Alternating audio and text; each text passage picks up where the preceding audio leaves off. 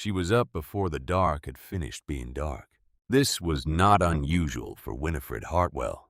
She had been rising before the light for 40 years since the first winter on this ranch, when Warren had told her that the hours before dawn belonged to the people willing to claim them, and she had decided that she was that kind of person. In those years, the early hours had been full of purpose fires to start bread, to set the thousand small preparations that a working ranch required before the day properly began. In the years since Warren died, the early hours had become something else. Not purposeful. Simply awake. The habit of a body that had learned to rise early and had not been given a reason to stop. This morning was different. She had been lying in the dark for an hour. Not sleeping, not trying to sleep. Listening to the sounds that the house was making that it had not made in 3 years. The particular creak of the second bedroom floor when a sleeping child shifted weight. The small sound of breathing that was not her own, that came through the wall between her room and the one she had put Dottie in the night before, the sound of another person resting in this house. She lay and listened to these sounds and felt something in her chest that she had no recent practice naming. She got up. She dressed in the dark by feel, the way she had dressed on cold mornings her entire adult life, knowing where each garment was, by where she had put it, rather than by sight. She went downstairs without a lamp. She knew every step of this staircase in darkness, every creak and which boards to avoid if she was trying not to wake anyone, which she was. In the kitchen, she built the fire first, the way she always built it, starting with the paper and the kindling she kept in the box beside the stove, and working up to the larger pieces in the careful sequence that produced heat without wasting fuel. When the fire was established, she put the coffee on. Then she sat at the table in the growing warmth and thought about what she was going to do. She had thought about it during the night. The thinking had not been the anxious, circular kind that kept you awake by its own momentum. It had been the deliberate kind, the kind Winnie had learned to do in the difficult years of the ranch, when problems required solutions that were not immediately visible. You sat with the problem. You turned it over. You looked at its edges rather than its center. You waited for the shape of it to reveal itself. The problem was Christmas, not the holiday itself. The holiday was already here, whether she had prepared for it or not. Already the 25th of December in the year 1889, the snow still coming down outside her kitchen window, the children sleeping upstairs. The problem was that those children had arrived in the night with nothing. Whatever they had been carrying in their wagon, whatever provisions and clothing and small preparations Dottie had made for the journey to Helena, whatever might have been there by way of Christmas, had been left on a road 5 miles back in the dark and the cold. The children had arrived alive. That was the sum total of what they had brought. Winnie got up from the table. She went to the storage room off the back of the kitchen. The long, narrow room where Warren had kept his woodworking tools alongside the household stores. The room she had not changed since his death, because changing it would have required making a decision about it, and she had not been ready to make that decision. She found what she was looking for on the middle shelf where it had always been. A wooden box, cedar with a hinged lid. The kind of box a man kept his good tools in. Warren's carving box. She carried it to the kitchen table and set it down and opened it. The tools were there. The small gouges and the V-tools and the straight chisels and the one curved knife he had favored for detail, work, all of them wrapped in their individual cloths, all of them in the condition of tools that had been properly maintained and then simply stopped. She lifted the curved knife. The handle was smooth, worn wood, the grip of a man's hand recorded in it after decades of use. She held it for a moment. Then she went back to the storage room and found 3 pieces of pine he had been saving. Good dry wood, close-grained, the kind that carved cleanly without splitting. She brought them to the table. She had not carved in years.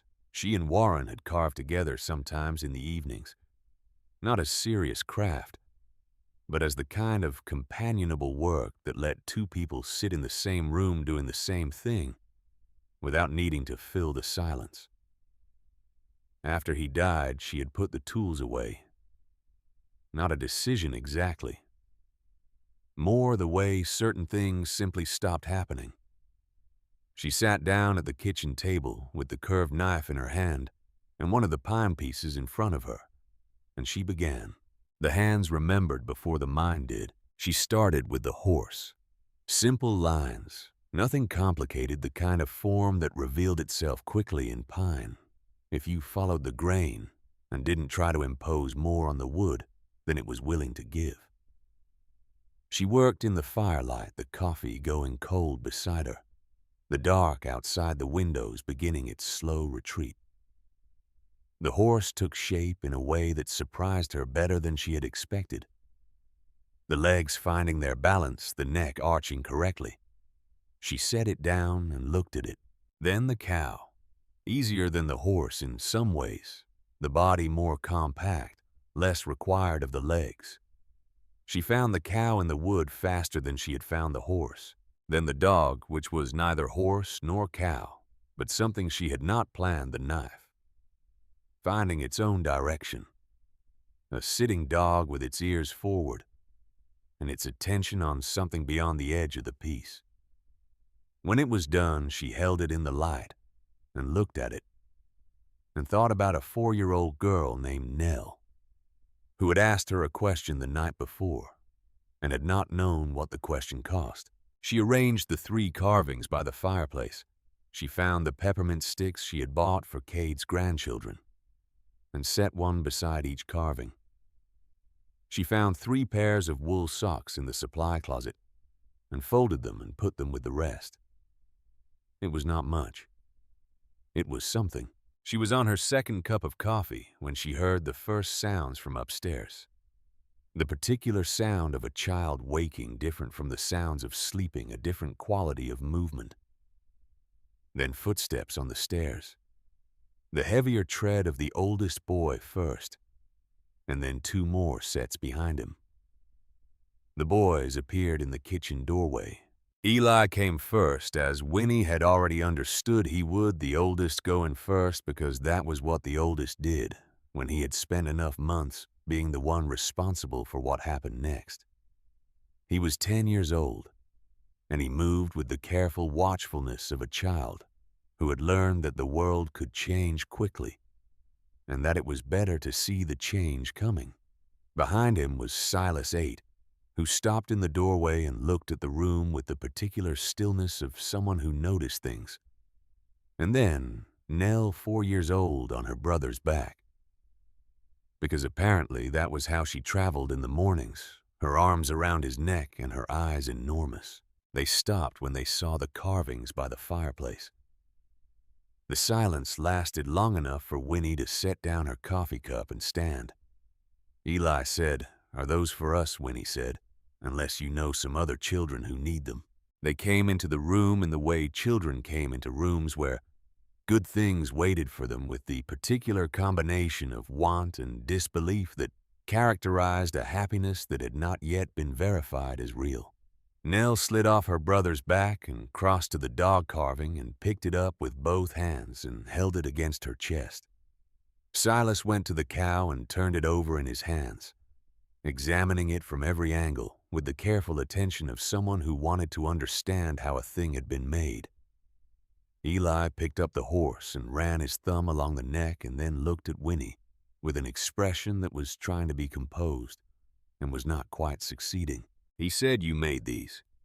He said it the way an older child confirms something he wasn't certain of, somewhere between statement and question. Winnie said nothing fancy. He said they're perfect. He said it in the thick voice of a boy who was trying very hard not to be moved by something that was moving him. And Winnie understood the effort because she had made the same effort her entire adult life and recognized its particular quality immediately.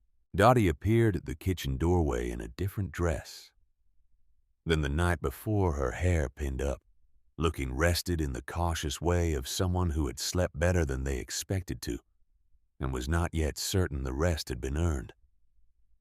She stopped when she saw the children and the carvings, and Winnie standing in the firelight.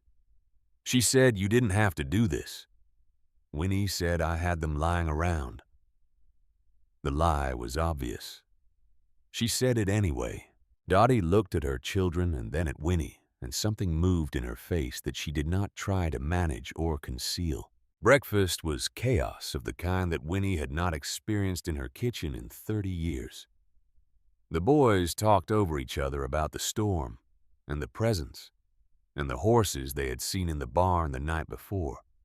Nell made her wooden dog walk across the edge of the table until Dottie told her to stop, and Winnie said she was fine. Let her be. And Dottie looked at Winnie with an expression that said she understood something had shifted in the household's authority structure, and she was deciding whether to accept it. "Thomas," Dottie said, and then stopped and looked at Winnie and shook her head and started again. "Silas, can you make your dog sit down while we eat?" Silas set the cow on the bench beside him and picked up his fork, and Winnie watched the correction happen and the compliance follow, and thought about the particular competence of a woman raising 3 children alone. The thousand small daily negotiations and corrections and redirections that nobody saw. After breakfast, Dottie moved through the kitchen with the efficiency of a woman who had spent years managing a household and knew exactly where things belonged in a well-organized kitchen, which Winnie's was. She found the dishes without being shown. She found the flour and the sugar and the Dutch oven. Winnie sat at the table and watched her, and felt the strange quality of another person's presence in a space that had been entirely her own for 3 years. "The boys need to move," Dottie said. "Is the barn safe to visit?" The storm had quieted to a steady snowfall. The violent part of it finished for the moment. Winnie found 3 of Warren's old coats in the back hallway, too large for all of them, but warm, and they dressed the children in them and went out together. The barn was warm with the particular warmth of animals in winter, the body heat of the horses rising to the rafters and creating a climate several degrees above the air outside. The horses acknowledged the arrival of strangers with the measured interest of animals that were used to people but had opinions about specific people.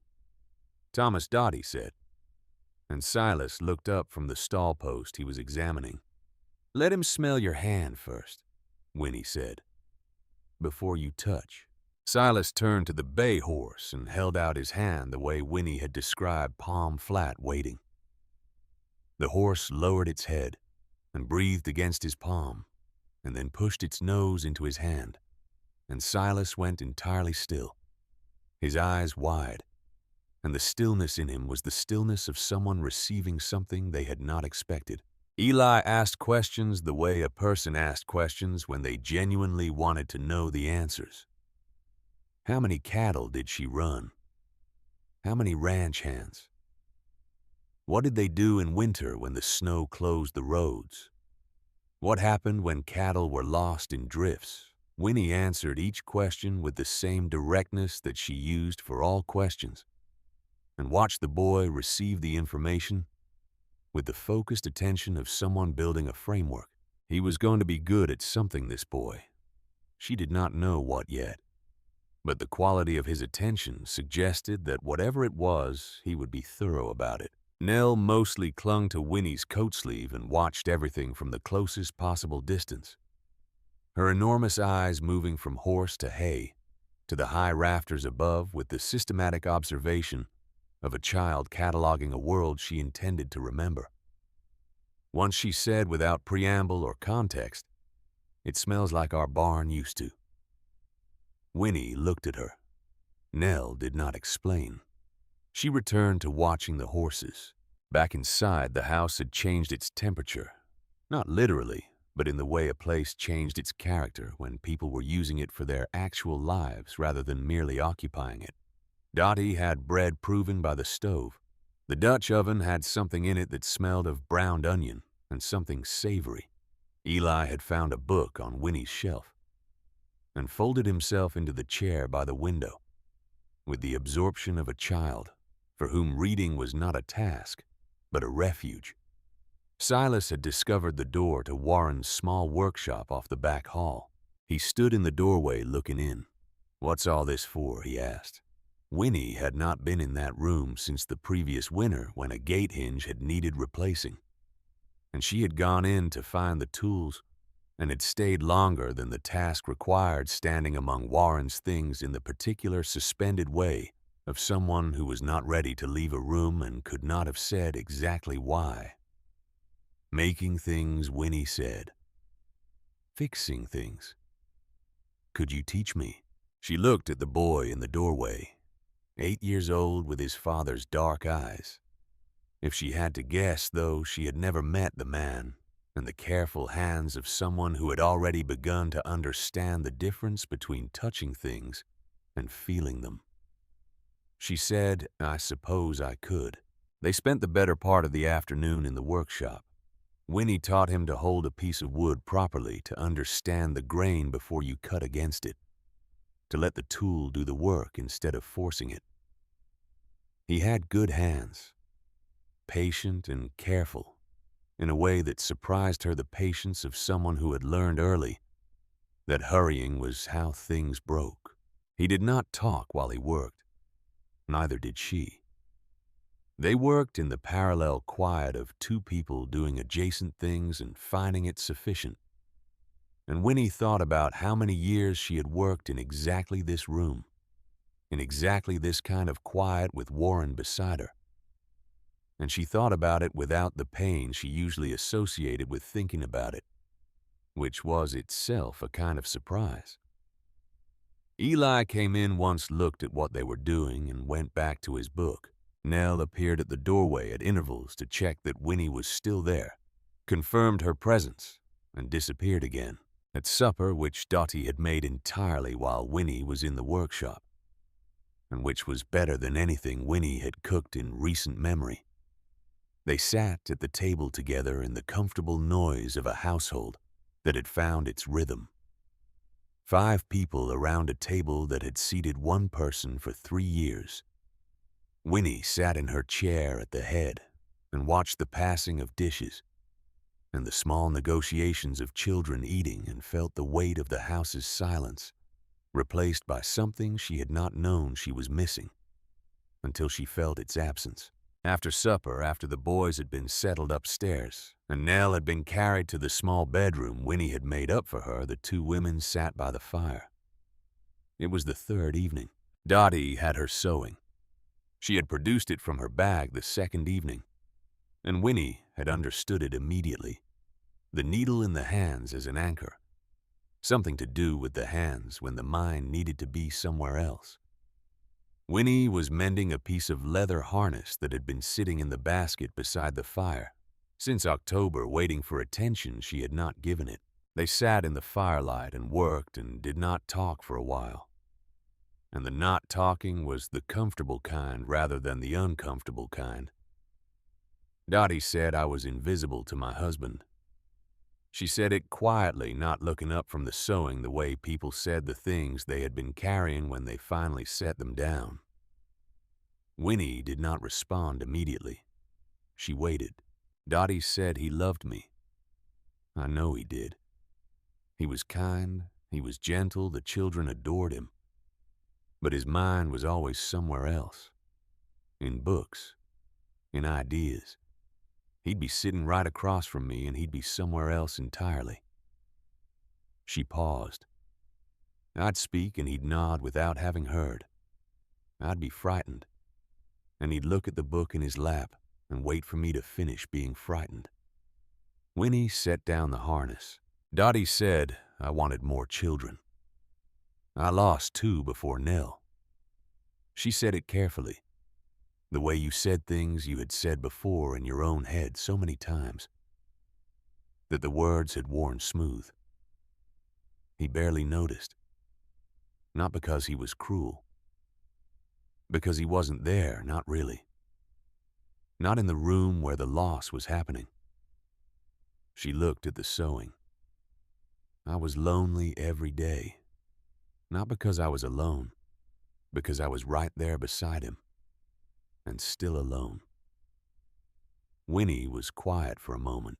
Then she said something she had not said to anyone, not to Cade, who had known her and Warren for 30 years, not to the women at the church in the valley who had brought food after Warren died and meant well and could not help her. Not to anyone.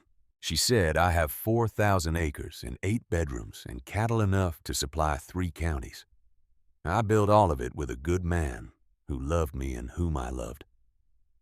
She looked at the fire. But I do not have the thing I built it for. The reason you build a house with 8 bedrooms is not to have 8 bedrooms. She paused. I have everything I made and none of what I made it for. Dottie looked up.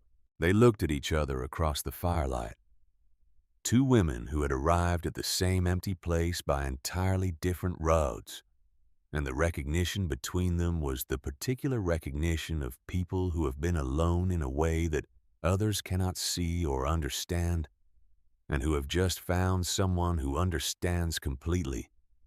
Dottie said, Why haven't you left? Sold the ranch? Moved somewhere with people? Winnie considered the question honestly. She said, Because Warren is buried on that hill behind the house. Because the water rights in this valley are worth keeping. Because selling felt like admitting that the whole thing had been a mistake, and I am not prepared to admit that. She looked at the fire. Because I keep hoping that what I made it for might still come. Dottie was quiet. The fire shifted and settled, and outside the wind had dropped to something more like a than a roar, the storm resting between its efforts. Inside, the lamplight made the room feel smaller and more particular. The way lamplight always made rooms feel in winter, contained and warm, and separate from everything that was happening outside its circle. Dottie said, What would your husband think if he could see the house this week? Winnie thought about this for a longer time than the question strictly required. She said he would think it looked right. He built this house for this.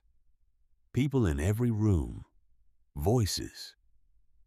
He would think it looked the way he intended it to look, and he would wonder what had taken so long. Dottie smiled. It was a small smile, the kind that arrived without permission. She said, My boys are better this week than I have seen them in 6 months. Winnie said they are good boys, the youngest one especially. Something about that boy. Silas, Dottie said. Yes, he sees things. Winnie thought about the workshop that afternoon, the boys' careful hands, and the parallel quiet of 2 people working at adjacent things. She thought about the yellow room and what had happened there, the boy standing in the doorway with his hand in the half-light. The question he had asked, and the thing she had said in response that she had never said aloud before. She thought about how he had taken her hand and simply stood. Some people, Winnie said, are born knowing how to be present without making it complicated. Dottie looked at her. Winnie said, Your husband was a reader. My husband was a builder. Both good things. But there are people who are neither readers nor builders, who are simply watchers, who are there in the room with you in a way that doesn't require explanation. Silas is like that. Dottie said, quietly. Yes, Winnie said. He is. They sat without speaking for a while after that. The fire burned. The house held its warmth against the dark outside.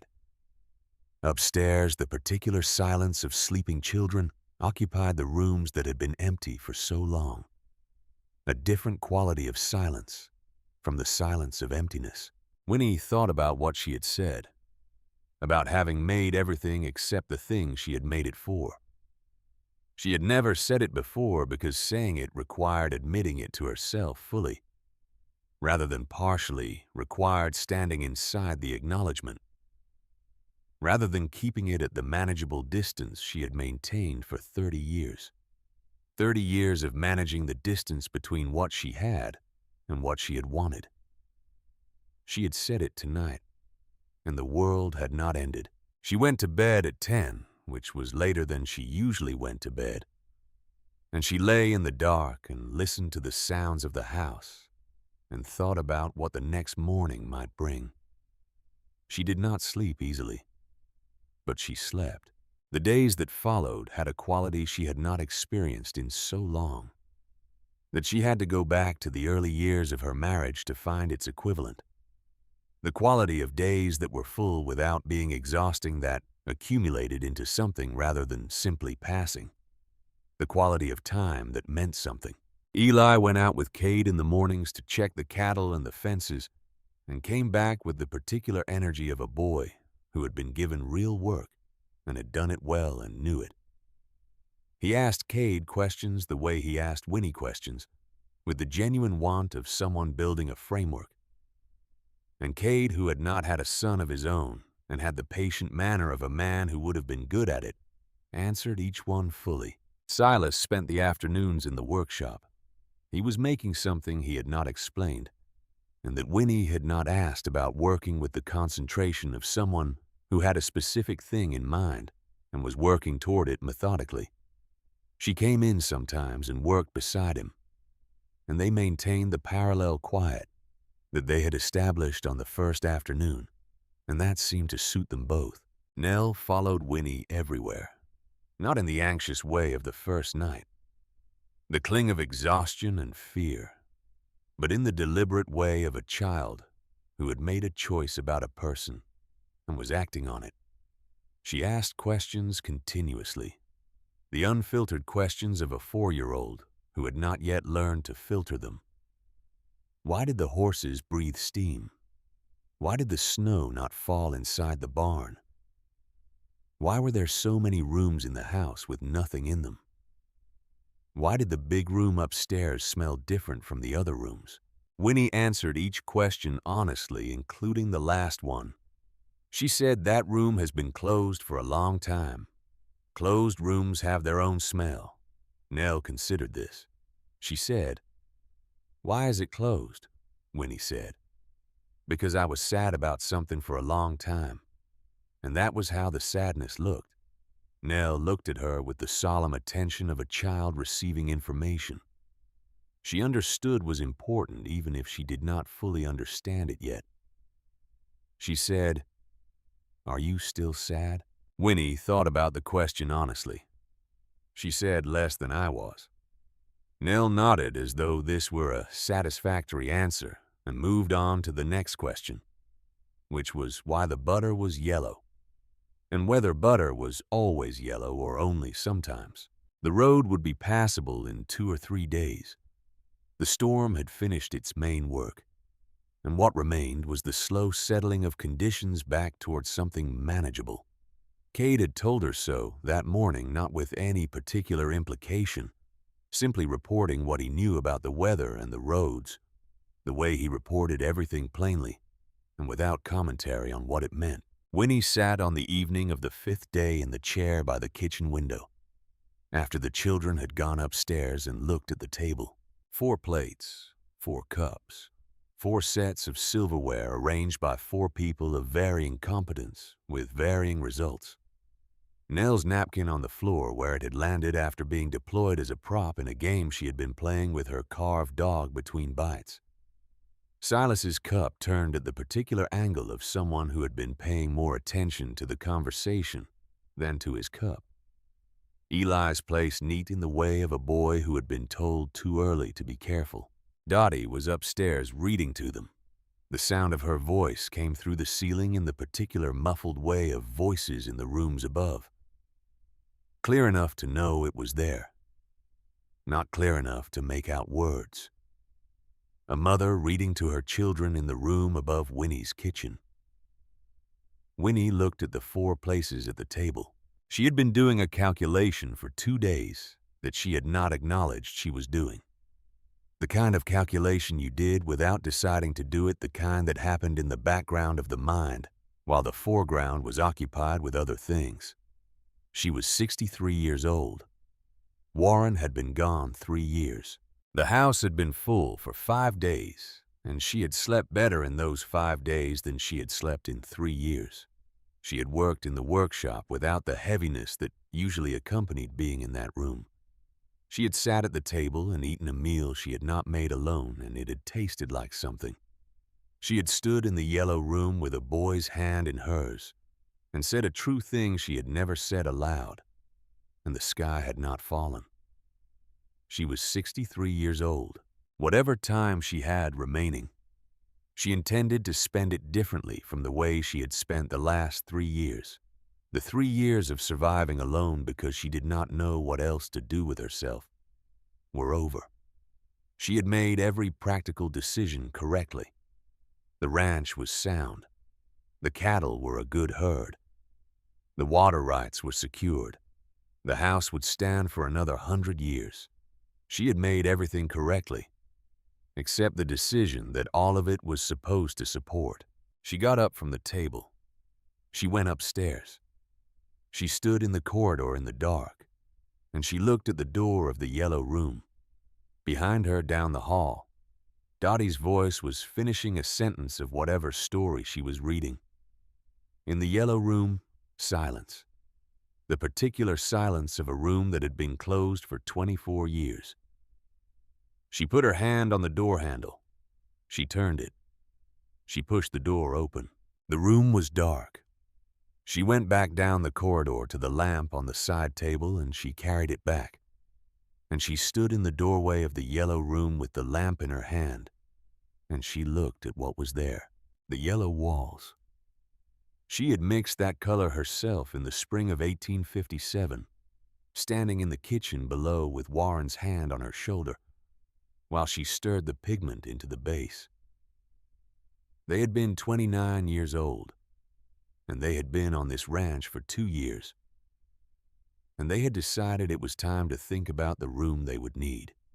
She had wanted it yellow because yellow was the color of mornings, and she had intended this room to be a morning room, a room of beginnings. The small bed. The frame was iron, a good solid piece, the kind made to outlast the people using it. The mattress, thin but present.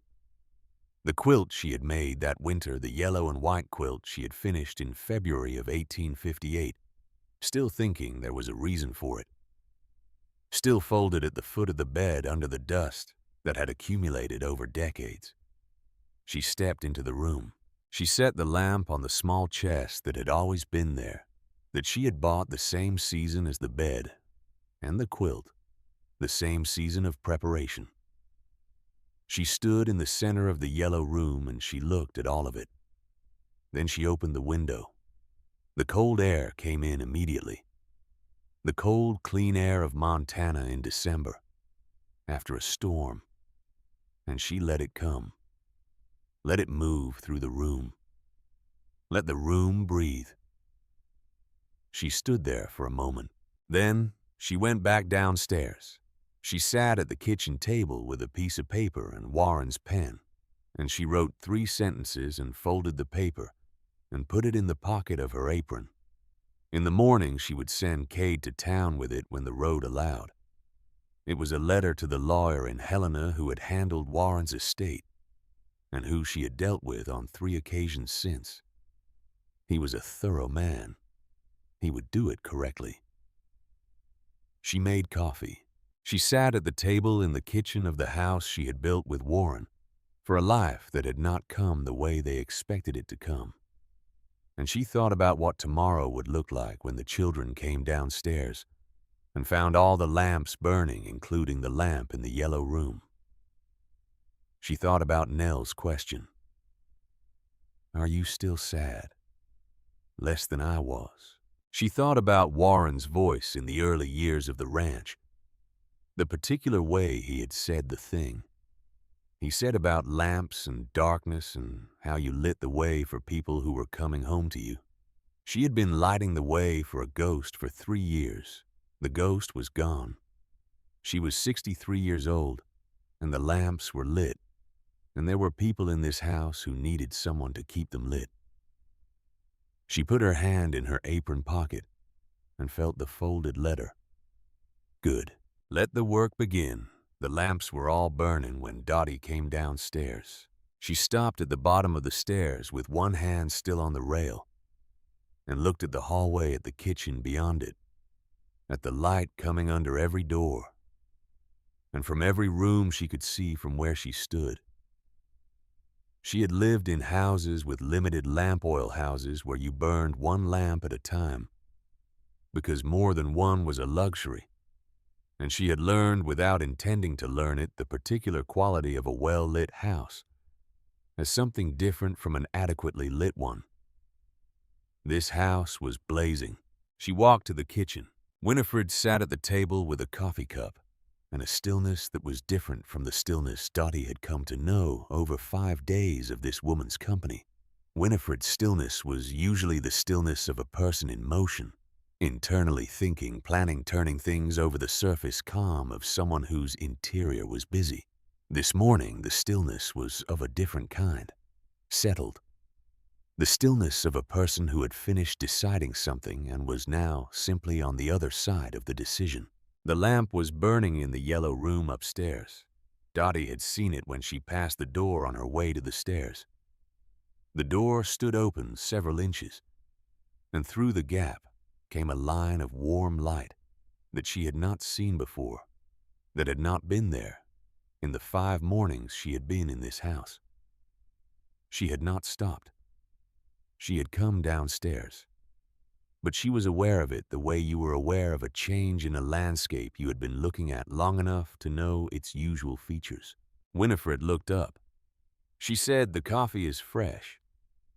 Dottie poured a cup and sat across from her, and they looked at each other in the way they had been learning to look at each other over the course of the week, directly without the preliminary negotiations that looking required between strangers. "What is all this?" Dottie asked. Winifred said, "Needed to see clearly." "And I needed you to be able to see clearly too." Dottie held her cup in both hands. She looked at the kitchen, at the light coming from the hallway at the window where the morning was coming up pale and cold and clear. The storm finally finished in its entirety, the sky, the hard, clean blue that followed a long snow. She said, "The roads will be clear by noon." Winifred said, "Probably." Neither of them said anything for a moment. The house made its morning sounds around them, the stove ticking the particular sound of old wood in cold air, the settling sounds of a structure that had been standing through many winters and had learned to speak about it. Dottie said, "I'll tell the children after breakfast." Winifred said, "All right." Dottie set down her cup. She looked at the table surface, the grain of the wood. Warren's table that Winifred had been eating alone at for 3 years. She said, "I wrote to my sister. When the mail came through. She knows we're coming. She's been expecting us." Winifred said yes. Dottie looked at her. She said, "You've been very kind. More than kind. I don't know how to account for what this week has been." She paused. "I don't know how to explain to the children that places like this don't last, that you don't get to stay in them." Winifred looked at the window. She said, "Perhaps you tell them after breakfast. Let them eat first." The children came downstairs in their usual order. Eli first moving with the careful attention of the oldest, reading the room before he was fully in it. Silas behind him, still carrying the carved cow in his left hand, the way he had been carrying it every morning, the first thing he reached for when he woke. Nell on Eli's back, as always, arriving in the kitchen with the regal ease of someone who had outsourced the problem of stairs. They sat at the table. Dottie served the oatmeal she had made from Winifred's stores. Winifred poured the coffee for herself and the tea for the children, and sat at her end of the table and watched the ordinary morning miracle of 4 people eating a meal together in a warm room. Eli noticed first that something was different. He had been noticing things since the moment he arrived, and he noticed the particular quality of the stillness between the two women, the way his mother held her spoon. He looked at Dottie, and then at Winifred, and then at his oatmeal. And he kept eating because he was 10 years old, and had learned that there were moments when the best thing you could do was keep eating and wait. Silas ate without looking up, his attention divided between the oatmeal and the cow carving on the bench beside him, running his thumb along the carved spine, the way he ran his thumb along everything he was learning. Nell ate in the unhurried way of a child who had not yet been taught that meals had a pace. After the bowls were cleared, Dottie said, "I need to talk to you all about something." She said it in the voice that children recognized as the serious voice, the voice that preceded information, rather than instruction. All three children looked at her. Nell put down her spoon. Dottie said, "The storm is finished. The roads will be clear today. We need to pack our things and start for Helena." The silence that followed had a physical quality. Eli's face did the thing that 10-year-old faces did when they were receiving information they had been half expecting, and had hoped not to receive the particular stillness of expected disappointment arriving on schedule. He said, "But why?" Dottie said, "Because your Aunt Catherine is expecting us. Because Helena is where we're going. Because we can't stay here." Eli said, "Why not?" The directness of this question was the directness of a child who had been learning to ask real questions from a woman who answered them honestly, and had come to believe that direct questions deserve direct answers. Dottie looked at him and said, "Because this isn't our home, Eli." Eli said, "We don't have a home." He said it plainly, not as an argument, as a statement of fact that he had been holding for 6 months and had finally found the moment to say aloud, "We don't have a home." The statement hung in the kitchen air over the table that had seated one person for 3 years and was seating 5 people now. Dottie said, "We're making a new one." Eli said, "We're making one somewhere we've never been with people we've never met." He was not being difficult. He was being precise. Winifred could see the distinction, and she thought Dottie could too. Then it happened. Silas got up from his table. He did not say anything. He did not look at anyone. He picked up the carved cow, and he walked out of the kitchen, and they heard his footsteps on the stairs going up, and then the particular sound of a door not slammed, simply closed, the sound of a person removing themselves from a situation they had decided they could not manage at the table. Winifred sat very still. Nell looked at the kitchen doorway where Silas had been. Then she climbed down from her chair slowly, with the deliberate movements of a small child navigating a piece of furniture. And she walked to Winifred, and she put both arms around Winifred's leg and pressed her face against Winifred's knee. And she said, "Ba Señor Chung Chao Home. Will you remember us?" The question was in a small voice, the voice of a 4-year-old who understood less than her brothers about the logistics of the situation, and perhaps for that reason, understood more about what it meant. Winifred looked down at the top of Nell's head. The dark hair, the small hands gripping her leg through the fabric of her dress. She put her hand on the back of Nell's head. She said yes. "I will remember you." She said it, and she meant it, and it was true, and it was also not the whole truth. And she sat with the part of it that was not the whole truth for exactly the moment she needed to sit with it. And then she looked at Dottie across the table. Dottie was looking at her, not at the children, at Winifred. She was looking at her with an expression that Winifred recognized because she had seen it in her own face in the glass over the years, the expression of a person who was holding something that they were not yet sure they had the right to put down. The afternoon came the way the last afternoons of things came, with the particular heaviness of time that is being spent at the wrong rate. Too fast and too slow simultaneously, the way grief moved, the way all the important transitions moved. Dottie packed what they had. It did not take long. They had arrived with very little, and they still had very little. The boys' clothes washed and dried over the course of the week in Winifred's kitchen. The remaining items from Dottie's bag. The small things that children accumulated in a new place, the stick Nell had brought in from the yard to show Winifred a piece of iron ore Eli had found in the barn that had interested him, the square of cloth Silas had been using to practice stitching at some point during the week Winifred had not noticed when. Winifred went to the supply room. She filled a crate. Salt pork and flour and dried beans and the smoked venison from the larder, and the last 2 jars of preserved tomatoes from the summer's canning, and the block of hard cheese she had cut 2 days ago, and the small sack of cornmeal and the jar of rendered lard. She put the crate by the back door. Dottie appeared in the doorway and looked at it. Dottie said, "Winnie, that's too much."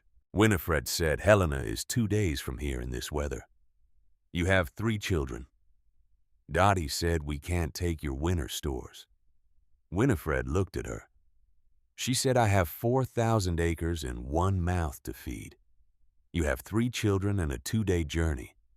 She picked up the crate and moved it slightly to the left and set it back down. "Stop arguing about the crate." Dottie looked at her for a moment and then looked at the crate, and something in her face softened in the direction of surrender. The particular softening of someone who has been managing everything alone for 6 months and has just been offered a moment of not having to. She said, "All right." Eli spent the afternoon in the barn. Winifred found him there near 3 o'clock, standing outside the bay horse's stall, with his arms resting on the top rail and his chin on his arms, watching the horse in the patient way he had been watching everything all week. The horse stood in the winter light coming through the high window and did what horses did in their stalls in winter, which was exist in the particular way of large animals fully present, fully themselves, not requiring anything beyond their own presence. She stood beside him. They stood together for a while. He said, "How long have you had him?" Winifred said 11 years. His mother was here before him. She was here when Warren was alive. Eli said, "Warren was your husband." Yes. Eli said, "Silas misses Papa." Winifred looked at the boy's profile, the set of his jaw, the way he was looking at the horse instead of at her, because looking at the horse was easier right now. She said, "And you?" He said, "I try not to." She understood that answer completely.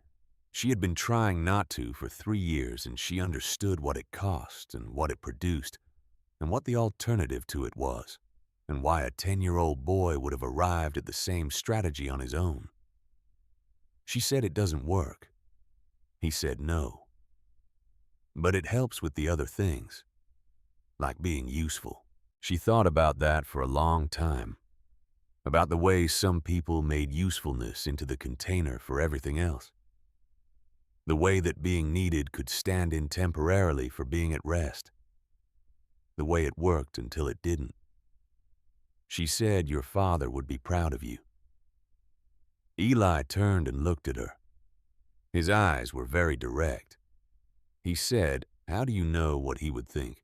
Know what he—" She said, "Because you told me about him. The books, the ideas, the mind that was always somewhere else. A man like that raises a son who pays attention the way you pay attention, because he watched his father miss things and decided he would not miss things." Eli looked back at the horse.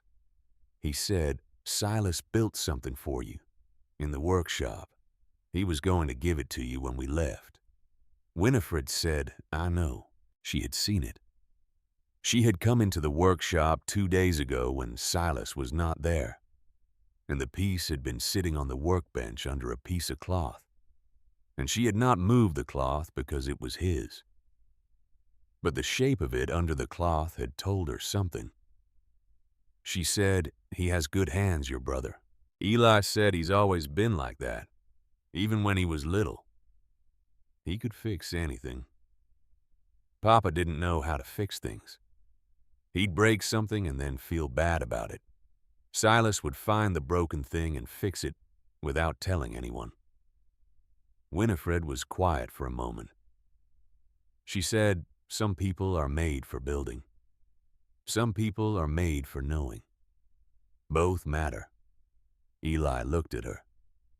He said, "Did you want children? You and your husband?" The directness of the question was startling in the way that honest questions from children were always startling the way they cut straight to the thing adults had been building structures around. She said yes. We did. We prepared for them. She paused. They didn't come. Eli said, "I'm sorry." She said, "So am I." He turned back to the horse. The horse shifted its weight slightly and settled and breathed and was entirely at peace with the afternoon. After a moment, Eli said, "I like it here." She said, "I know." He said, "I wish we could stay." She looked at the side of his face, this boy who had been carrying too much for too long and who had said the true thing plainly, because he had learned to say true things plainly. And she was glad of it. She said, "Come inside when you're ready." She went back to the house. Silas came down from upstairs when the light was beginning to fail. The early darkness of a Montana December settling in at 4 in the afternoon, turning the world blue beyond the windows. He had his coat on over his clothes, and he was carrying something wrapped in one of the pieces of cloth she kept in the workshop. He came to where Winifred was sitting at the kitchen table, and he set the wrapped piece down in front of her and stood back. She looked at him. He said, "I made it for you. So you remember us." She unwrapped the cloth. It was a bird, perhaps 6 inches long, carved from the good dry pine she kept on the middle shelf. And it was finished with the care of someone who had spent the better part of 3 days on a single piece. The wings were folded, the bird at rest, the head turned very slightly to one side. The feathers were suggested rather than rendered in detail, but the suggestion was correct, the way good carving knew what to leave out. The feet gripped a small branch that Silas had shaped separately and attached to the base. She sat with it in her hands and looked at it. She thought about the yellow room and the quilt she had made in the winter of 1858, and the bed she had bought, and the color she had mixed. Standing in this kitchen with Warren's hand on her shoulder. And she thought about 24 years of that door closed. And she thought about what this boy had done when she had told him the truth, about why it was closed, which was that he had taken her hand and stood beside her. She said, "It's a wren." He said, "Yes." She said, "How did you know wrens?" He said, "There were some in our barn, at the old place. I used to watch them." She held the bird for a moment longer. Then she said, "This is very fine work, Silas. Your father would have known that." He looked at the table. He said, "Papa didn't really notice that kind of thing." She said, "That's his loss, and ours." He looked up. She said, "Some things don't get seen when they should be seen. That doesn't mean they aren't worth seeing." She set the bird carefully in the center of the table. It sat there in the lamplight and looked like what it was, which was a thing made with great care by a boy who had something to say that he could not say in words. She said, "Thank you." He nodded. Nell came in from the sitting room where she had been playing with her carved dog. and found Silas standing at the table and Winifred sitting at it and the bird between them. And she looked at all three things. And then she climbed into the chair beside Winifred and leaned against her arm. She said, "Can I write to you? When we go? If I had letters, I could write to you." Winifred looked down at her. She said, "You don't know how to write yet. Nell said I could draw pictures." Winifred said yes. You could draw pictures. Nell settled herself more firmly against Winifred's arm and looked at the carved bird with the focused appreciation of a 4-year-old who understood quality in the things she decided to care about. She said, "It looks like it's thinking." Silas said birds don't think. Nell said, "How do you know?" Silas did not have an answer for that. Winifred picked up the bird and turned it in the light, and it did look. Nell was right as though it was thinking. The slight angle of the head, the stillness that was not the stillness of sleep, but the stillness of attention. She set it down. She said, "I have something to say to you. Both of you. I'll say it once, and then your mother and I need to talk, so I need you to go find Eli and tell him supper in half an hour." Both children looked at her. She said, "I know today has been difficult. I know that leaving a place is hard. I know you didn't choose any of the things that have happened in the last 6 months, and that the place you're going to is not the place you want to be." She looked at Silas first, then Nell. She said, "But I want you to know that this week has been different from the weeks before it. This house has been different this week than it has been in a long time." She put her hand briefly on Silas's arm and then on Nell's head. "That is because of you. Both of you. All three of you. And your mother. I want you to know that." Nell said, "Are you sad again?" Winifred said no. She said it, and she meant it, and it was true. She said, "Go find your brother. Supper in half an hour." They went. Dottie appeared in the kitchen doorway a few minutes later and looked at the bird on the table, and then at Winifred. She said, "He made that." Winifred said 3 days. Dottie sat down. She looked at her hands on the table. She said, "What are you going to do tomorrow when we go?" Winifred was quiet for a moment. Then she said, "That is actually what I want to talk to you about." She reached into the pocket of her apron and took out the folded letter. She set it on the table between them. She did not push it toward Dottie. She left it equidistant. Dottie looked at the letter. She said, "What is that?" Winifred said, "I wrote it 2 nights ago, after I opened the yellow room. I wrote it while the house was quiet." She said, "It is a letter to my lawyer in Helena, my husband's lawyer who I have used since Warren died. He is a thorough man." She looked at the letter. "He will do it correctly." Dottie looked at her. Winifred said, "I am going to say this once, and I am going to say it plainly, and I am not going to apologize for it because it is not the kind of thing that requires an apology." She put both hands flat on the table. She said, "I am 63 years old. I built everything you have seen on this property with my husband over the course of 30 years. We built it for a life that was supposed to include children, and it did not include children.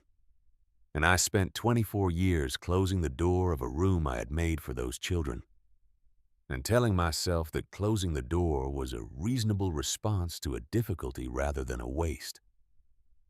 She looked at Dottie directly. She said, "You have 3 children and no land, and your husband is gone, and you are going to your sister's house in Helena, which will be adequate for you and nothing more. You are going to Helena because there is nowhere else to go." She paused. I am offering you somewhere else to go. Dottie said, Winnie. Winifred said, let me finish. She said, I am not offering charity. I am not offering you a place to stay while you get back on your feet. I am not offering kindness or generosity or any of the things that require you to be grateful and me to be selfless. She looked at the letter on the table. The letter to the lawyer is about partnership, legal partnership. Your name alongside mine on the deed to this property. Your children's names in my will as the people who will take what I have built when I am gone.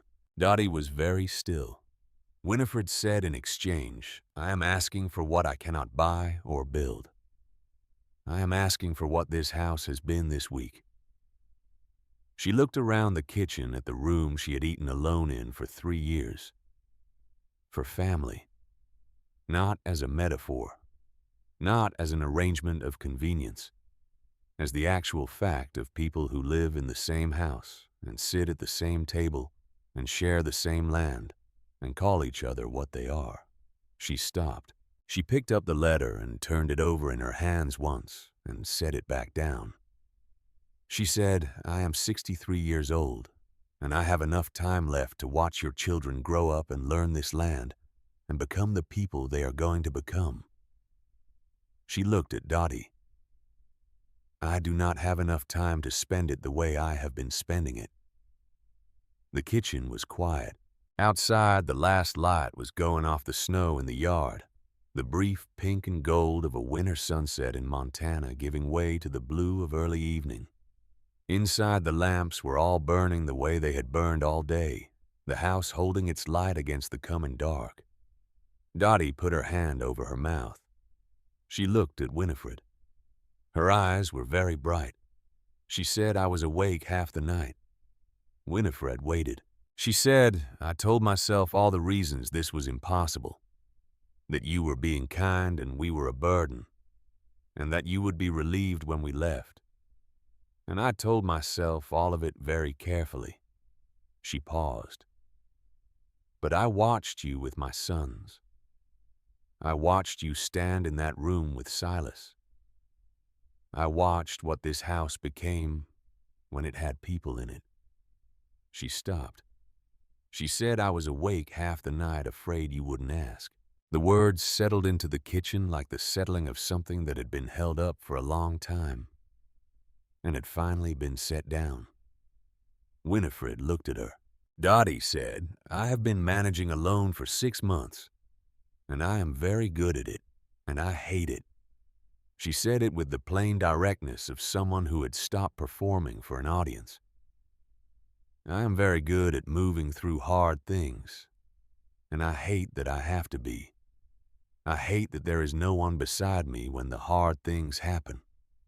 I hate that my children are going somewhere new because I couldn't hold on to what we had. She looked at the letter on the table. And I watched you this week and I thought more than I should have. Winifred said, what did you think? Dottie said I thought about what it would mean to have someone who needed what I can give. Who would let me give it? She looked up. You haven't once looked at me the way people look at someone they're doing a favor for. You've looked at me the way people look at someone they're glad is in the room. Winifred said, because I am. Dottie looked at her for a long moment. She said, yes. Yes, Winnie. Yes. She said it and she was crying and she was also smiling, and the combination of those two things in a face that had been carrying its difficulty with such composure for 5 days was one of the more complete expressions Winifred had seen in a long time. Winifred slid the letter across the table. She said the lawyer will need to come out here or we will go to him in the spring when the roads are better. Until then, it is our word and our intentions. And I have spent 30 years in this territory, and my word is sufficient for most things. Dottie took the letter. She held it in both hands. Footsteps on the stairs. All three in their usual order, Eli first, and Silas behind him, and Nell on his back. They came into the kitchen and stopped. Eli looked at his mother. He looked at Winifred. He looked at the letter in Dottie's hands, and at the way both women were sitting, the quality of the space between them. He was 10 years old, and he had been paying attention all his life, and he was paying attention now. He said, "Are we staying?" Dottie looked at him. She said, "What do you think?" He said, "I think yes." She said yes. He stood for a moment longer in the doorway. Then he came into the room and he sat at the table in the chair he had been sitting in all week. The chair that had become his chair. In the unremarked way that chairs became chairs. And he picked up his fork for supper as if he had been sitting in that chair for years. Silas came to the table and sat beside him. He placed the carved cow on the bench beside him in its usual spot. Nell slid off Eli's back and went to Winifred and climbed into the chair beside her, without asking permission, the way she had been doing since the third morning. And she sat there, with her carved dog in her lap. And she looked at the bird Silas had made still in the center of the table. She said, "Can it stay there? On the table, so we can look at it while we eat?"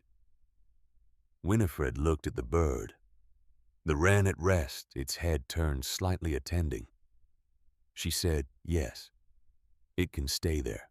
She got up and brought the pot to the table and served supper in the kitchen of the house she had built with Warren, for a life that had come finally in the form it had chosen, rather than the form she had planned. And the five of them ate together in the lamplight, with the carved wren watching from the center of the table, and the yellow room upstairs with its door open and its lamp burning for the first time in 24 years. Spring came to that valley the way it always came, reluctantly at first, and then with conviction. In early April, Winifred stood at the kitchen window with her coffee and watched the meadow below the house turn the particular pale green of grass that had been under snow for months and was now discovering what it was again. The creek was high with snowmelt, its voice carrying up to the house on the morning air. The mountains still held their white in the upper elevations, but their lower slopes were bare rock and new growth. The world returning to itself with the thoroughness that only things that have been through a full winter could return. She heard Nell before she saw her. The voice came from the yard, the running commentary that Nell maintained on the world around her at all times, high and continuous and specific. Winifred could see her through the window moving across the yard, in the direction of the barn, in her good boots that were muddy already at the toe, her arms out for balance on the soft ground. She had grown. Winifred had watched it happen over the 4 months since Christmas. The almost daily incremental changes that accumulated into the fact of a child becoming more of herself. Nell was 4.5 now, and the 4 months showed in the length of her legs and the particular self-possession of a child who had been in one place long enough to know where everything was. The yellow room was hers, not officially, not in any language that lawyers used, but in the way that places became yours through daily occupation and the leaving behind of small evidence of yourself. The carved dog lived on the small chest by the bed. A drawing she had made of a horse was tacked to the yellow wall beside the window. Her boots by the door. Her coat on the hook that Winifred had put at a height she could reach. Winifred had painted that hook herself on a morning in January when the snow was at its deepest and the world outside was completely still. And she had gotten up and found the extra paint in the storage room and gone upstairs and measured the height and painted the hook because it needed to be there. She had painted it and stood back and looked at it and thought about the winter of 1857 and the color she had mixed with Warren's hand on her shoulder and she had felt the weight of 30 years, and she had let herself feel it. And then she had gone downstairs and made breakfast. Eli appeared in the barn doorway, now leading the bay horse out for the morning work. He had grown too in the different way that 10-year-olds grew, not just in height, but in the authority of a person who knew what they were doing. He had been going out with Cade every morning since January, and Cade had told Winifred in February that the boy had a feel for cattle work that most men twice his age never developed, that it was not something you could teach, only something you could recognize when it arrived. Silas was in the workshop.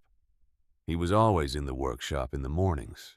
He had finished 3 more pieces since the wren, each one better than the last. And Dottie had written to a woman she knew in Helena who kept a shop, and the woman had written back with an offer to carry them on consignment. Silas had read the letter twice, and then gone back to the workshop without saying much about it, which was exactly the response Winifred would have expected from him. She heard Dottie on the stairs. Dottie came into the kitchen with her hair pinned up and the particular purposefulness of a person who had somewhere to be and knew how to get there. She had been managing the household accounts since February at Winifred's request, because Winifred had watched her all winter and had understood that Dottie's mind worked best when it had something organized to work on, and the household accounts were something organized. She was better at them than Winifred was. She had told Winifred so, and Winifred had said, "Good, then you do them." Dottie poured coffee and came to stand beside Winifred at the window. They watched Eli lead the horse across the yard. They watched Nell change direction suddenly and run toward the garden plot, where the first of the planted rows were showing the thin green lines of things coming up. Dottie said she was looking for the carrots this morning. She said she planted them, and now she needs to see if they're working. Winifred said they need another 2 weeks. Dottie said, "I told her that." She said 2 weeks is too long and she's going to check every day until they're ready. Winifred looked at the small figure crouching over the garden bed, leaning close, examining the earth with the focus of someone who had put something in and was waiting for what it promised to become. She said she'll probably be right there the morning they come up. Dottie said she'll probably have named them by then. Winifred thought about Nell crouched over the garden with her face close to the earth, already in conversation with things that hadn't arrived yet. She said, "Good." The lawyer had come out in March when the roads allowed, and the papers had been signed at this kitchen table, with Cade as witness, and the whole arrangement had been made into the kind of thing that courts and counties recognized. Dottie's name beside Winifred's on the deed. The children's names in the document that would determine what happened to the 4,000 acres when Winifred was no longer here to manage them. The ranch was theirs. Winifred had watched Dottie's hand hold the pen over the paper for a moment before she signed, and she had watched the moment after the signature when Dottie looked at her name on the document and then looked at Winifred with the expression of a person who has just made something real that they had been afraid to let themselves believe was possible. Winifred had thought about Warren, She had thought about him often in those months, not in the grieving way of the 3 years after his death, but in the different way she was learning to think about him now as the person who had built the ground she was standing on, who had made the thing that was now holding these people. She thought about what he would have said at the signing of those papers, and she thought he would have said what he always said when they finished something which was simply good. And then he would have gone on to the next thing. She went on to the next thing. The next thing was this morning, this April morning, with the creek high and the grass coming back, and the snow retreating up the mountain, and Nell in the garden, and Eli with the horse, and Silas in the workshop, and Dottie beside her at the window with her coffee. Winifred looked at the ranch her father had started and her husband had built, and she had kept through 3 years of not knowing how to do anything but keep it. And she thought about the Christmas evening when she had stood outside the yellow room with her hand on the door handle and had not gone in. She had gone in. She looked at the meadow going green in the April light. She had gone in and she had found what was there, which was a room that had been waiting 24 years for someone to use it. And she had let it be used. And the person using it was 4 years old and currently crouching over a garden bed with total devotion to the question of whether the carrots were working. The carrots were working. Everything was working. Winifred drank her coffee in the kitchen of the house she had built and looked at the world coming back to itself in the spring and felt the particular quality of a person who has finally arrived somewhere after a very long journey and has set down what they were carrying and is standing in the place they were meant to stand. Warren had been right. A man's true wealth was not what he owned. It was who waited for him by the fire. She had waited by the fire for 3 years for something that was not coming back. And then one Christmas night it had knocked on her door instead. The morning of the 6th day came in clear and cold and absolutely without mercy. Winifred knew this before she opened her eyes. She knew it from the quality of the light against her eyelids, the particular brightness of a Montana morning after a storm had passed, and the sky had cleared to the kind of blue that had no room in it for anything ambiguous. She lay still for a moment and listened to the house. She had been listening to the house every morning for the past 5 days, with a consciousness that she had not brought to the act before these people arrived. Before she had woken to the house the way you woke to something that was simply present, unremarkable yours. Now she woke to it the way you woke to something you were about to lose, with the heightened attention of the final days of anything. She heard Nell first, as she always heard Nell first, because Nell woke to her own voice and conducted her waking as a narrated event, not loudly, not disruptively, but as a steady, low commentary on the world as she found it each morning. The sound came through the wall from the yellow room, and it was the sound of a child entirely at home in herself and in the space she occupied. Then she heard Dottie's voice lower the brief exchange of a mother managing a morning. Then the heavier creak of the boy's room, Eli rising, and behind him, Silas. Winifred got up. She dressed slowly and deliberately the way you dressed on days when the dressing was the last ordinary thing before something changed.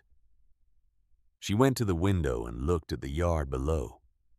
The snow had settled flat and white and hard-crusted in the night, the kind of surface that would take a wagon's weight without difficulty.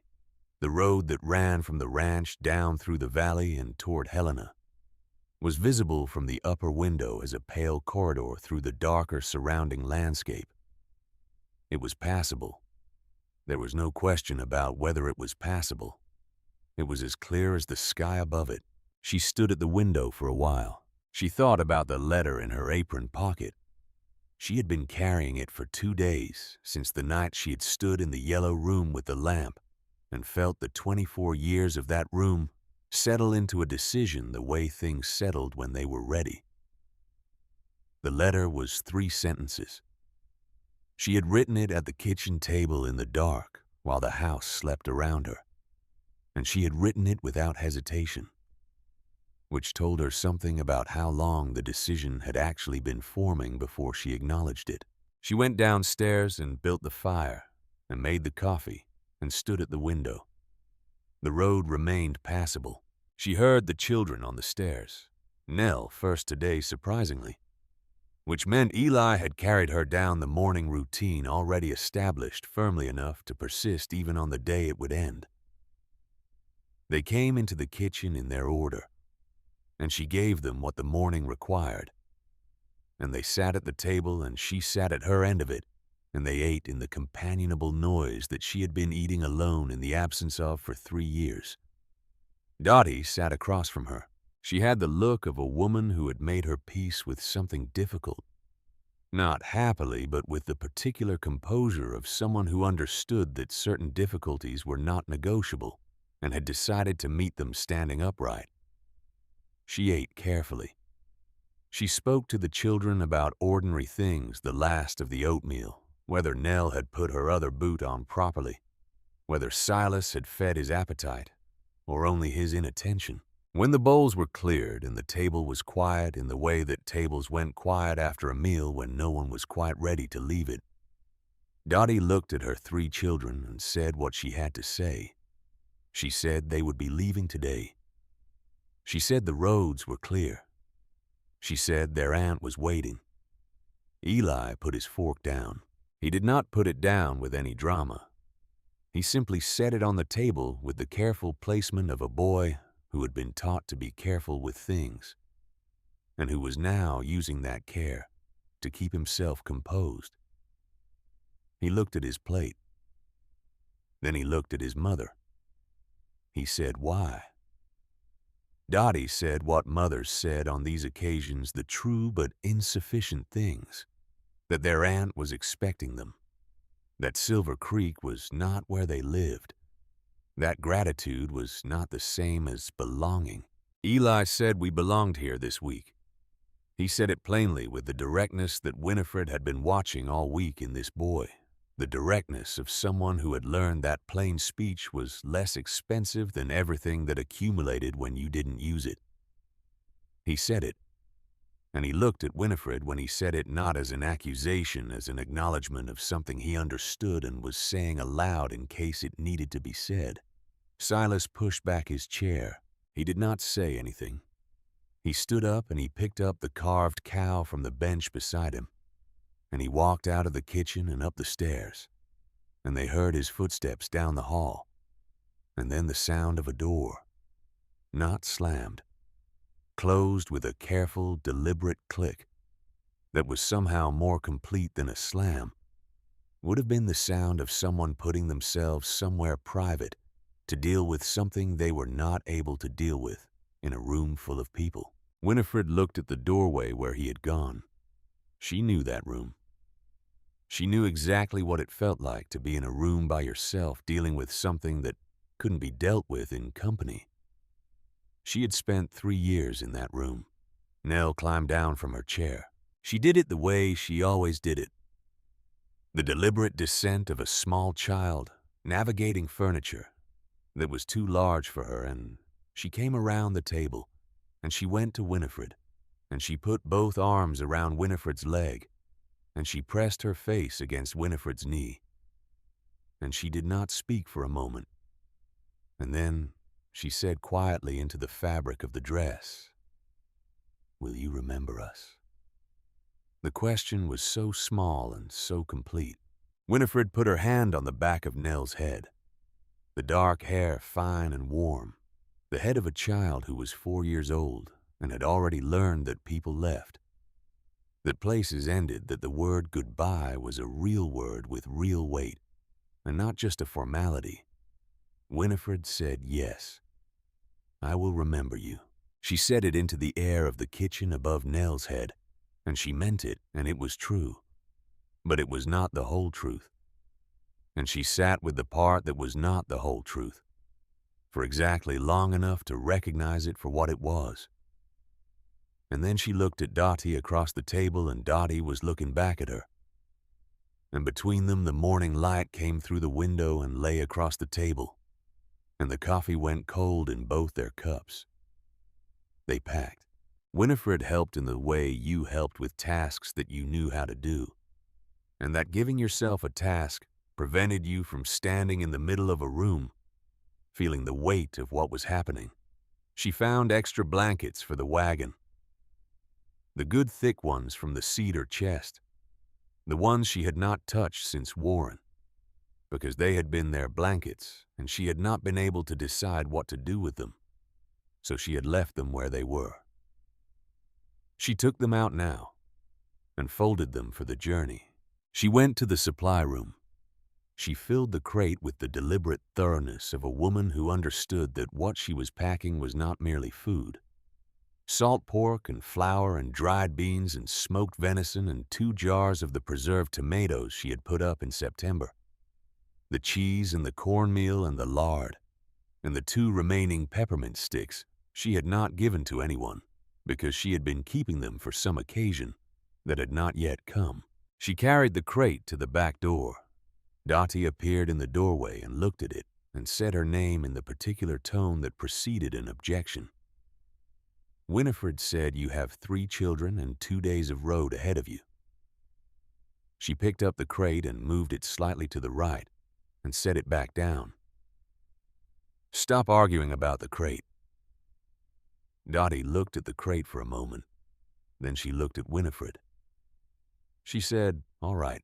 She said it with the softening of someone who has been managing alone for 6 months and has just been offered a moment in which someone else will insist on doing something for her, and she is too tired and too grateful to refuse it gracefully. She said, "All right," and she went back inside. The afternoon came on in its slow way, the light moving across the snow in the yard, with the unhurried pace of a winter sun that had very little altitude to work with. Winifred moved through the house doing what needed doing, and watching the children in the way she had been watching them all week, with the attention she had brought to everything in her life that she valued, which was the particular attention of someone who understood that value was not permanent, and that paying attention was how you honored the time you had with the things that mattered. Eli spent the afternoon in the barn. She found him there at 3 o'clock, standing at the bay horse's stall with his arms on the rail and his chin on his arms, watching the horse in the still light of the winter afternoon. She came and stood beside him without speaking, and they stood together for a while in the warm animal quiet of the barn. He said, "How long have you had him?" She told him. She told him about the horse's mother who had been here before Warren died, who had been one of the better animals she had ever had on this property for temperament and for work. He said, "I like horses better than most people." She said most people who like horses well enough eventually like people again, too. He thought about that. He said, "Are you going to be all right here when we go?" She looked at the side of his face. This boy who was 10 years old and had been worrying about other people's welfare since the week his father died, because no one had told him it was not yet his job. The particular exhaustion of a child who had taken on a weight they were not built to carry and had been carrying it anyway because it had to be carried, and they were the ones standing next to it when it fell. She said, "I've been here a long time." He said, "That's not what I asked." She looked at the horse. She said no. She said it honestly because he deserved honesty, and she had been giving him honesty all week, and there was no reason to stop now. She said, "I don't think I will be all right in the same way I was before you came." She paused. That might not be a bad thing. He looked at her. She said something that's the same as it was before might just mean nothing changed it. She thought about the yellow room. She thought about the door she had walked through. She said, "I don't want things to be the same as before." He was quiet for a long moment. Then he said, "I hope you find what you need." He said it with the solemnity of a 10-year-old who meant something completely and knew the words were not quite large enough for what he meant, and said them anyway because they were what he had. She put her hand briefly on his shoulder. She said, "Come in when you're ready. Supper before dark." She walked back to the house across the snow in the late afternoon light. Silas was at the table when she came into the kitchen. He had come down from wherever he had been, and he was sitting with something in front of him, the cloth-wrapped piece he had been working on in the workshop for 3 days. He looked up when she came in. He stood. He picked up the wrapped piece, and he held it out to her. She took it. She set it on the table and pulled back the cloth and stood for a moment, looking at what was underneath it. The bird was perhaps 6 inches from beak to tail, carved from the good dry pine, and it was finished with the care of someone who had been working toward a specific thing and had not stopped until they reached it. The wings were folded, the bird at rest. The head was turned very slightly to one side. The feathers were not literally rendered, but were suggested in the way that good carving knew to suggest, rather than reproduce the impression of texture that was more accurate than texture itself. The feet gripped a small branch he had shaped separately, and the branch was set into a base, and the whole thing sat on the table and looked like something that had simply decided to rest there and might at any moment decide to move. She looked at it for a long time. She thought about the workshop, the afternoons they had spent in the parallel quiet, the way he worked with his head down and his hands certain and his attention absolute. She thought about the yellow room and the moment in the doorway when he had heard what she said and had taken her hand without making anything of it, without turning it into a performance of sympathy, just standing there with her. She said, "It's a wren." He said, "Yeah." She said, "How did you know wrens?" He said, "We had some in the barn at the old place. I used to watch them." She held it in both hands and turned it once and set it back on the table. She said, "Silas, this is very fine work." He looked at the table. He said, "I wanted to make something that would still be here after we went." She sat down.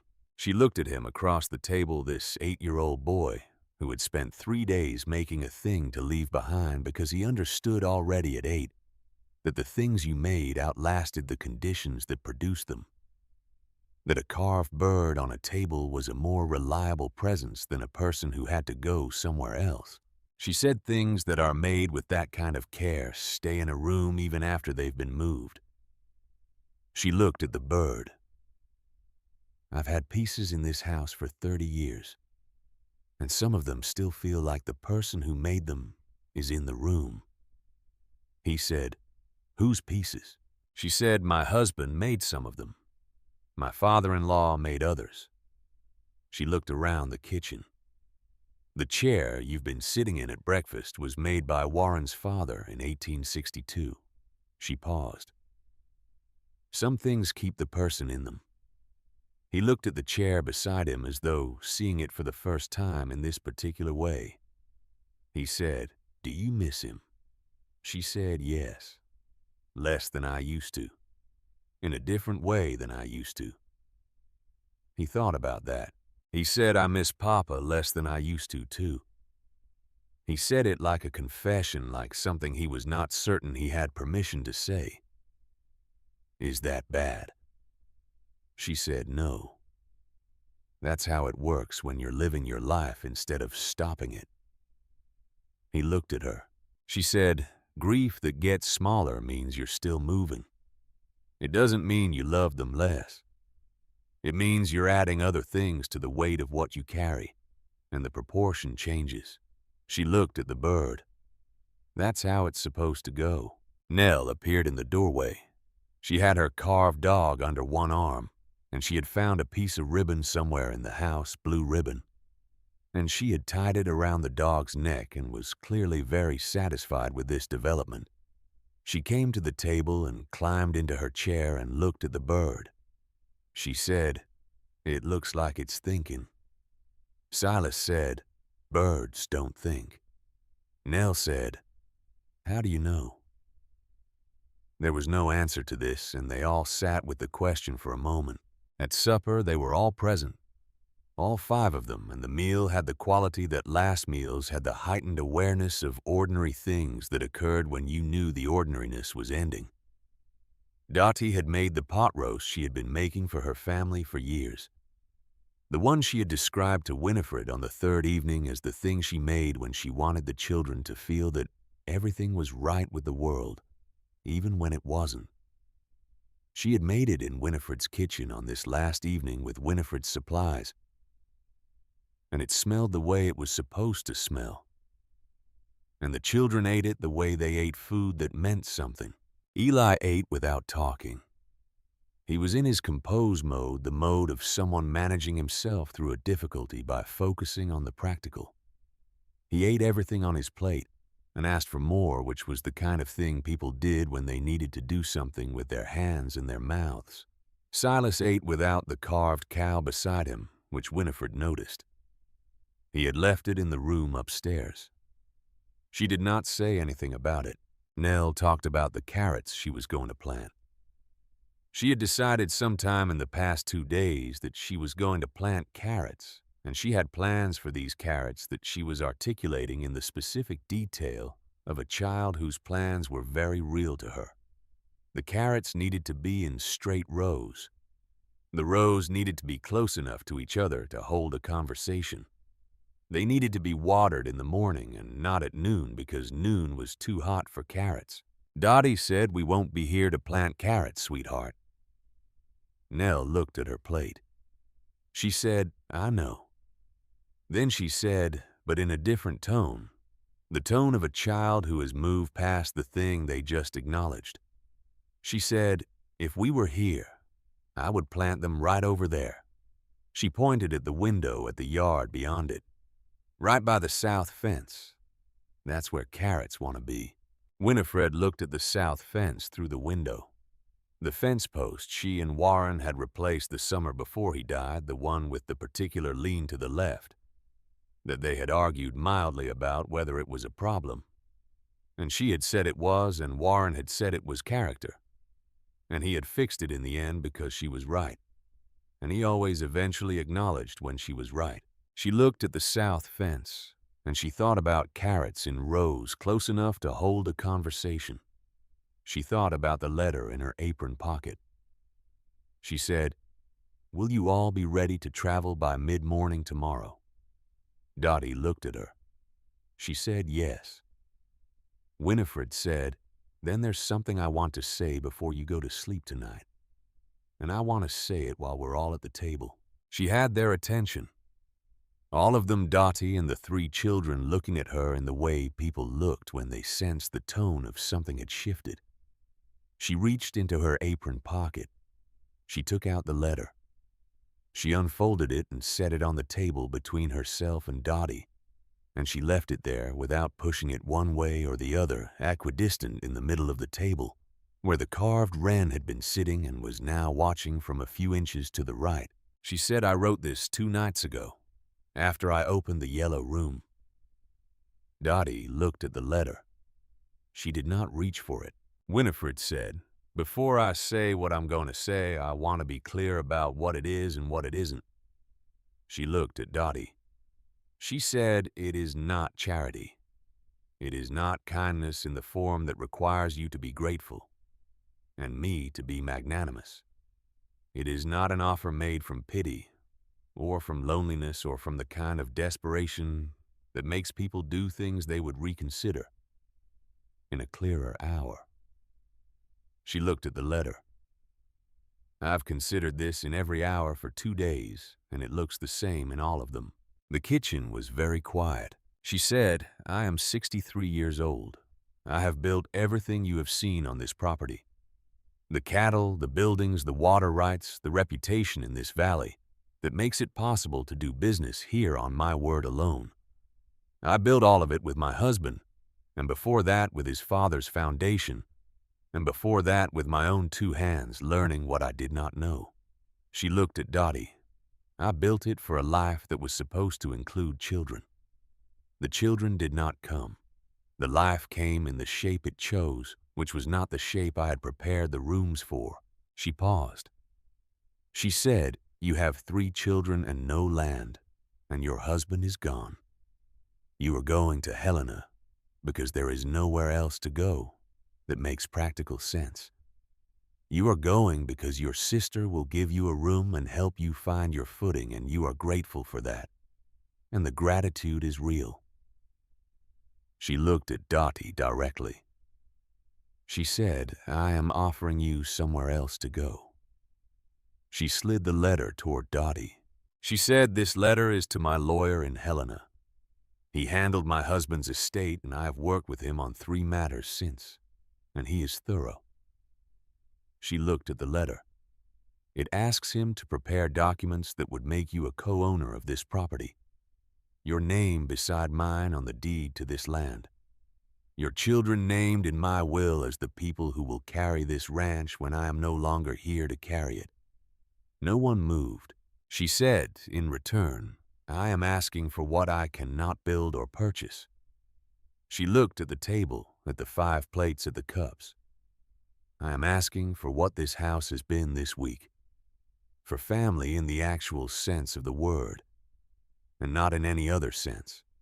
People who live in the same house and sit at the same table and share the same land and work toward the same future." She looked at Eli. She said, "I am asking to watch you learn this ranch and learn this land and become the man you are going to become." She looked at Silas. "I am asking to watch what you can make with your hands and to have a workshop where you can make it." She looked at Nell. "I am asking for someone to plant carrots in rows close enough to hold a conversation by the south fence in the spring." Nell looked at the window. Winifred looked at Dottie. She said, "I am not asking you to be grateful. I am asking you to be here. I am asking you to be the thing this house was built to hold and that I stopped believing was coming." She paused. "I was wrong to stop believing." She looked at the letter. "The letter is what I am able to do in practical terms.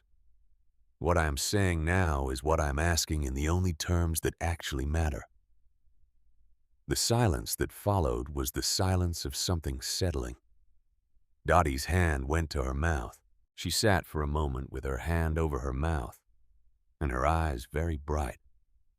And she looked at the letter on the table and then at the children and then at Winifred. And she was doing the thing that people did when they were receiving something. They had been afraid to let themselves want the thing, where the wanting and the receiving happened at the same time, and the collision of them was almost too much. She said, "I was awake half the night."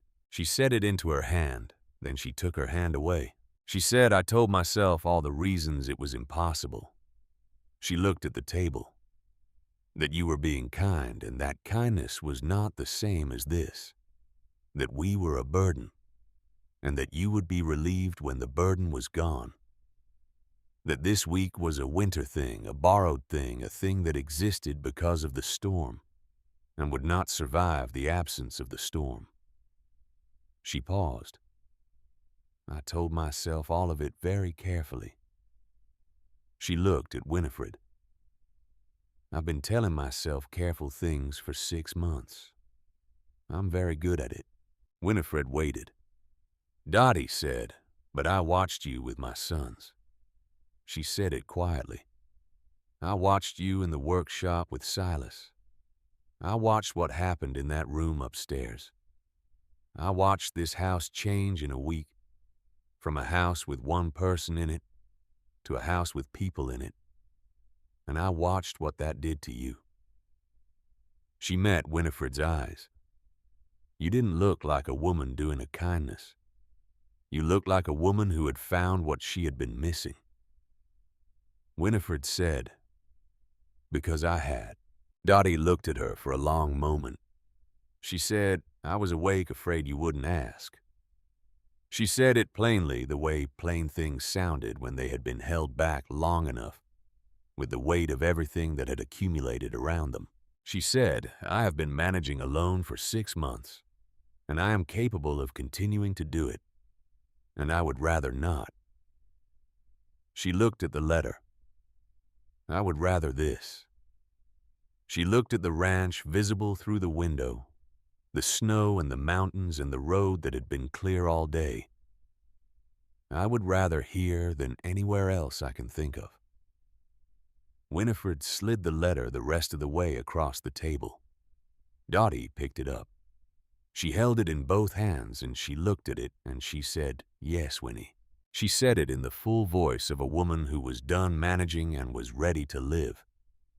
Eli said, "Are we staying?" He said it from his end of the table in the tone of a boy who had been patient for as long as patience was required and was now done with patience and wanted the actual information. Dottie looked at him. She said, "What do you think?" He thought for a moment. He said, "I think yes." He stood up from the table and he came to where Winifred was sitting and he held out his hand. Not the way a child held out a hand for a greeting. The way a person held out a hand when they were making an agreement. The direct handshake of someone who had watched adults make agreements and understood that this was the form it took. Winifred took his hand. His grip was strong for 10 years old. She thought about all the mornings he had gone out with Cade in the cold, about the way Cade had told her the boy had a feel for cattle work. That was not something you taught. About the questions he had asked that showed a framework being built from the ground up, careful and thorough. She shook his hand. He sat back down. Silas had not moved.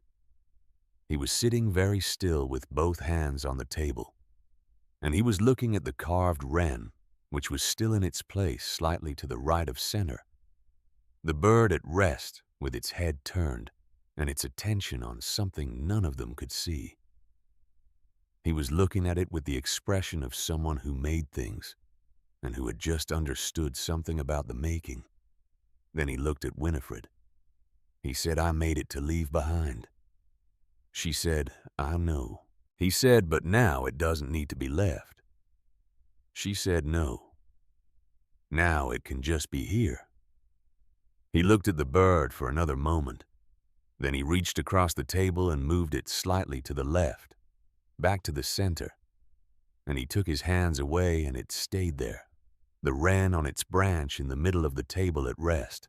Nell had been watching all of this from her chair, with the focused attention of a 4-year-old who understood the significance of what was happening, even without all of the language for it. She had not said anything for several minutes, which was unusual for Nell. Now she climbed down from her chair. She came to Winifred's side of the table and she climbed up into the chair beside Winifred. And she pressed herself against Winifred's arm. And she put her carved dog on the table beside the wren. And she looked at both of them together. She said, "The dog can be friends with the bird." Winifred looked at the dog and the bird side by side on the table. She said, "Yes, they can." Nell said, "They'll live on the table." Winifred said, "All right." Nell settled herself more firmly against Winifred's arm and looked at the window where the last light was going off the snow in the yard, the pale gold of a winter sunset fading to the blue that preceded the dark. She said, "Can I plant the carrots in the spring?" Winifred said, "You can plant the carrots in the spring." She said, "By the south fence." Winifred said, "By the south fence." Nell was quiet for a moment. Then she said in rows close enough to talk to each other. Winifred said, "Any distance you choose." Nell appeared to find this satisfactory. Outside, the last of the day's light left the snow, and the blue of early evening settled over the valley. Inside, the lamps burned in all the rooms the way they had burned all day, the way Winifred had lit them in the pre-dawn dark when she had made her decision, and had walked through the house doing the last deliberate thing she intended to do alone in it, which was to fill it with light, before she offered it to people who could fill it with what light was for. The yellow room was bright at the top of the stairs.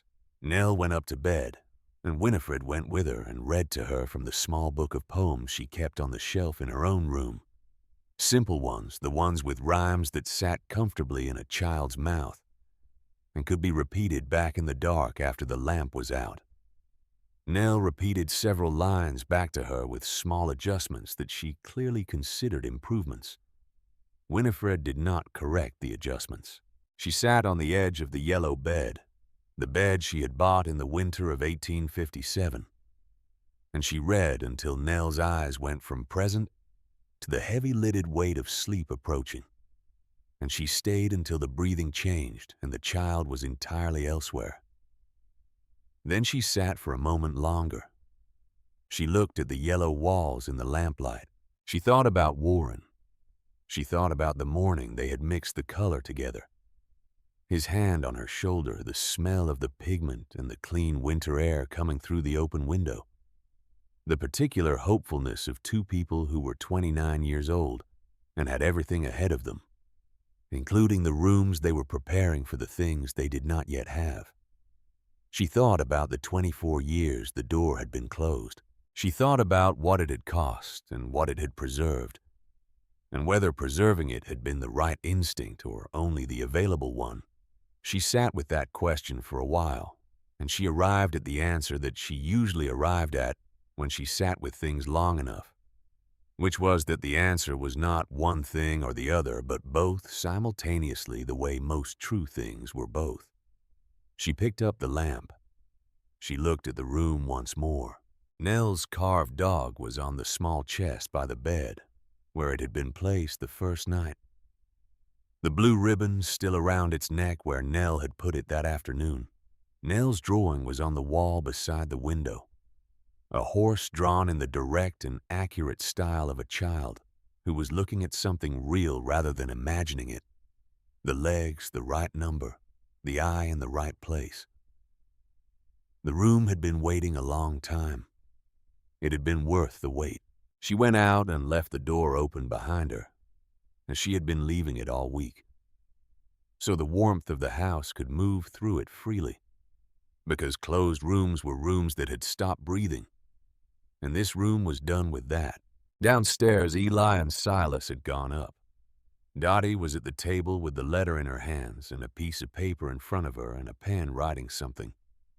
The letter to her sister and Helena that would explain that they would not be coming after all, that the road had led somewhere else, that the people you encountered in emergencies sometimes turned out to be the people you had been traveling toward without knowing it.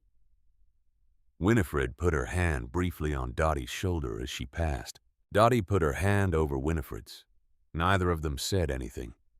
Winifred went to the window and looked at the valley in the dark, at the road that had been clear all day, and that would be clear tomorrow and the day after, and all the days following the road that went to Helena, where a woman's sister was expecting her.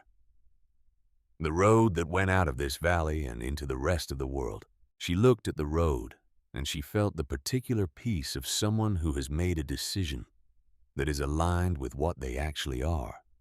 The peace that had nothing to do with certainty about outcomes and everything to do with rightness of direction. Warren's words came to her in his voice, which she still heard clearly when she needed to, which she thought she would always hear clearly when she needed to. A man's true wealth was not what he owned. It was who waited for him by the fire. She had been the one waiting. She had waited for 3 years, and before that for 30 years of hope that diminished and reformed and diminished again. And she had waited with the patience of someone who did not know how to stop waiting, because stopping would require admitting that there was nothing left to wait for. She had been wrong about that. There had been something left to wait for. It had knocked on her door in the middle of a blizzard on Christmas night, and it had been a 34-year-old woman and 3 children, one of whom had immediately asked whether it was Christmas here too, and one of whom had spent 3 days making a wren that looked like it was thinking, and one of whom had plans for carrots that involved row spacing and interpersonal dynamics, and all of whom had walked into her house on the worst night of the winter and had made it into the thing it had always been supposed to be. She looked at the dark valley. She looked at the mountains to the west, showing their white against the sky, the same mountains she had looked at every morning for 30 years, and that looked the same as they always had, and were not the same at all because the person looking at them was not the same. She turned from the window. She went to the fire, and she added 2 more logs, enough to last the night, enough to hold the warmth in the rooms above where 3 children were sleeping. and in the room at the head of the stairs that had yellow walls, and an open door and a child's drawing on the wall beside the window, and a carved dog with a blue ribbon on the chest by the bed. The fire took the wood and burned steady and bright. The house held its warmth against the Montana dark. On the table, the carved wren sat in its place, the bird at rest on its branch, its head turned slightly, attending to something beyond the edge of the lamplight, patient in the way of things that had been made well and intended to last. Outside, the snow held the valley in its white certainty, and the stars were out in the particular abundance of a clear, cold night at altitude, more stars than you could account for the sky full of them. The way the kitchen had been full of voices all week, generously without reservation, because that was what the dark had to offer when the conditions were right. Inside, two women sat on either side of a fire that had been burning for 30 years in a house that had finally become what it was built to be.